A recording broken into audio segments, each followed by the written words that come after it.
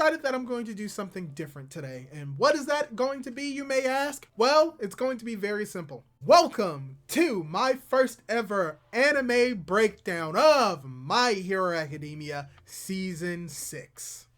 So yes, I decided to do a breakdown of the most recent episode of My Hero Academia of Season 6 and try to go over it and discuss all of the things that happened in the episode, the good, the bad, the new, the changed, and the cool. So let's just dive right into this breakdown and talk about the episode. So for starters, episode 1 actually covers chapters 258 to 260 and also includes parts of chapter 240. The parts of this episode that are connected to chapter 240 are actually parts that we've seen in the previous season of My Hero Academia, season 5.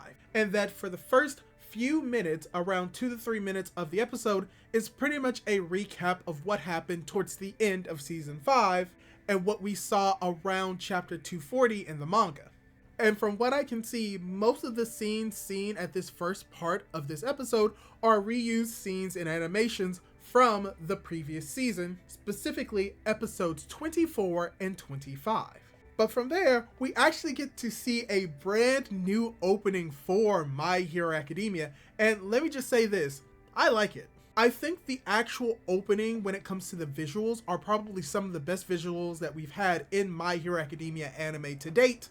And that what is very cool about them is how they have a very much comic-inspired aesthetic when it comes to how they are animated, from the stylization, to the shading, to the colors, to even having the pop-up onomatopoeias in English in this Japanese animation opening. So that's something that I really enjoyed about this episode, as well as when it comes to the opening. But a detractor may actually be the song choice in question, which is very more poppy and upbeat, which does not necessarily match the tone of the actual war arc accurately. Now, I do think that the music does match the visuals in the opening fairly well, but it isn't a good reflection of what we're going to be seeing in the season. And also a point of clarification, I will not be spoiling anything that isn't going to be in season 6 for this episode. We're only going to go over things that were specifically mentioned in the chapters that have been adapted to the episode in question that I am breaking down. So with that out of the way, let's go into the first change that we see in this episode. And the one change that we get in this episode is actually a change from the anime from the manga, where the time frame of the manga of both Twice and Hawks talking to each other is around 2 months prior to the actual raid going on in the story, while in the anime, it's only 1 month, and this makes things a little bit more confusing. The confusion mainly comes from the fact that the raid begins towards the end of March, but in the manga, we get information about Hawks and his information gathering of the operations and the structure of the villains and the Paranoble Liberation Army around the same time that the heroes and the Hero Commission learns about the hospital clue, which is around a month or the beginning of January, where Hawks gives Endeavor the information that Shigaraki will be completed in 4 months' time. Which means that if we take everything into account, it doesn't make sense that this scene should be happening 1 month in the past, which would put it at the end of February, when it should be taking around 2 months from the start of the raid at the end of March, which would be the end of January. So this may be a mistake on the anime's part, and this could be corrected at a later point, but that is something that needs to be brought up and is a massive change for how the story is supposed to flow. But even with that, what I would like to say that I did really enjoy how the conversation between Hawks and Twice was animated in this episode. It feels a little bit more impactful in the anime as it is than it was in the manga, because we actually get to see more of the banter between these two.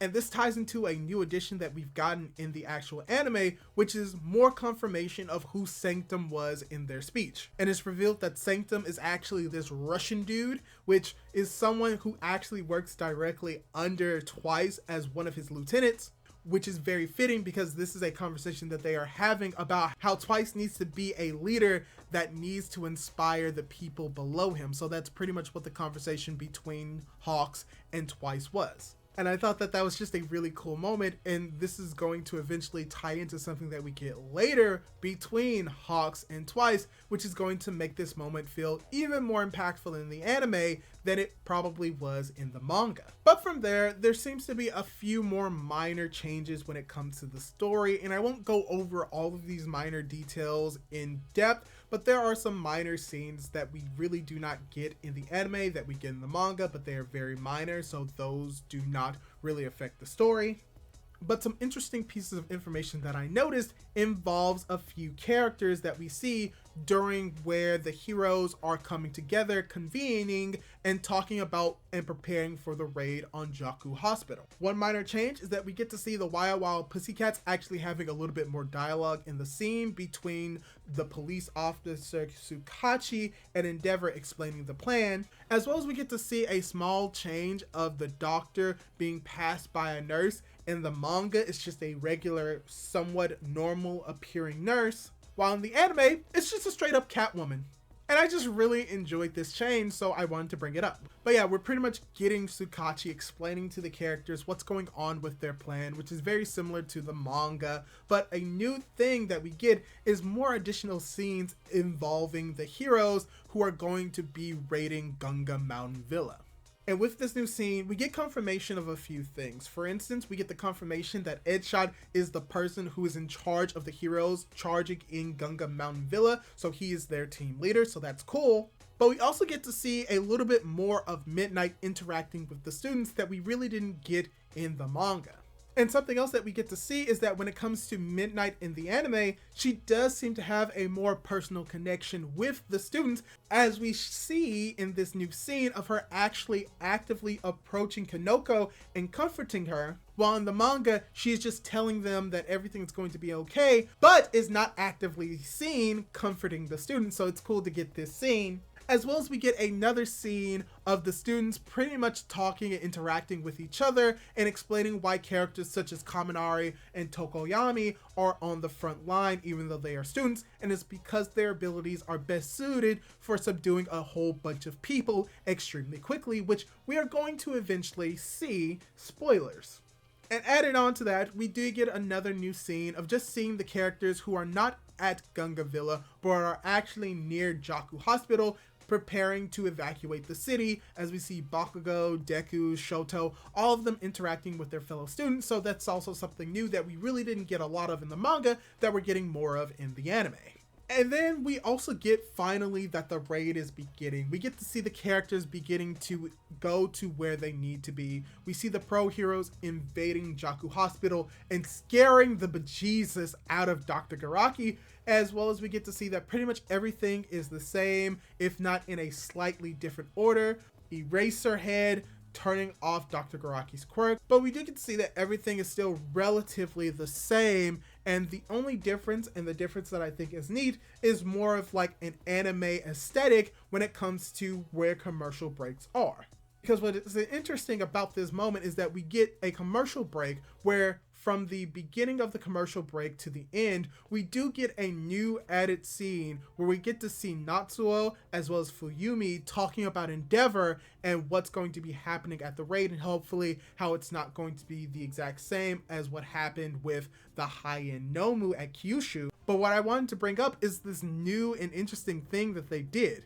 Because we have one scene before the commercial break where we see Dr. Garaki with a full face up with animation on his face and like a darkened background where we get a close-up of his face as Endeavor is speaking. But after the commercial break, we get a completely different scene of more of the doctor far away, but the lines are still the same. So I think it's just interesting that they decided to add literally different animations for before and after the commercial break, and that realistically speaking, they really didn't need to do it, but I still find it amazing that they did.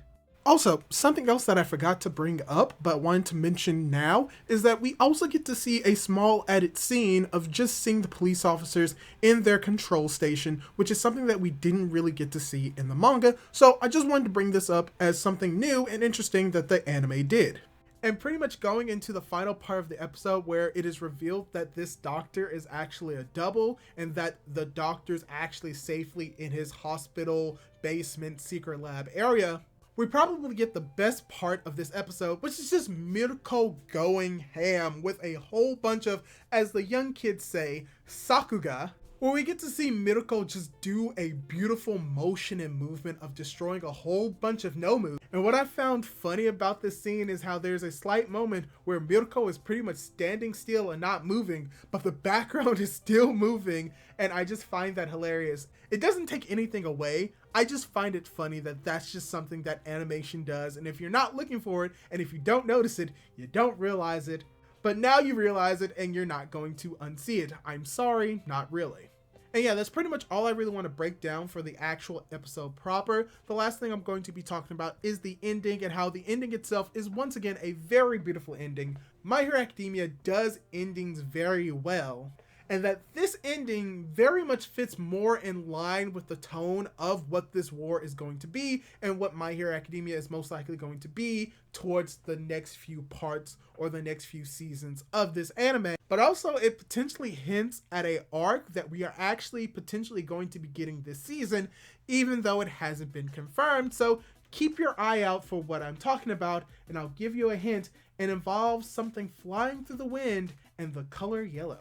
But yeah, that's all I really have to say for my breakdown of this episode of My Hero Academia, episode 1 of season 6. What did you think? Did you like it? Did you dislike it? Do you want me to break down more episodes of My Hero Academia? I will try to break them down every week when they come out, but it just depends on if you want to see more content like this. And if you do, leave a like on the video, subscribe to my YouTube channel, and leave a comment down below on what you think of this video. Do all that cool jazz, and hopefully I'll be able to catch you in my next video. Goodbye!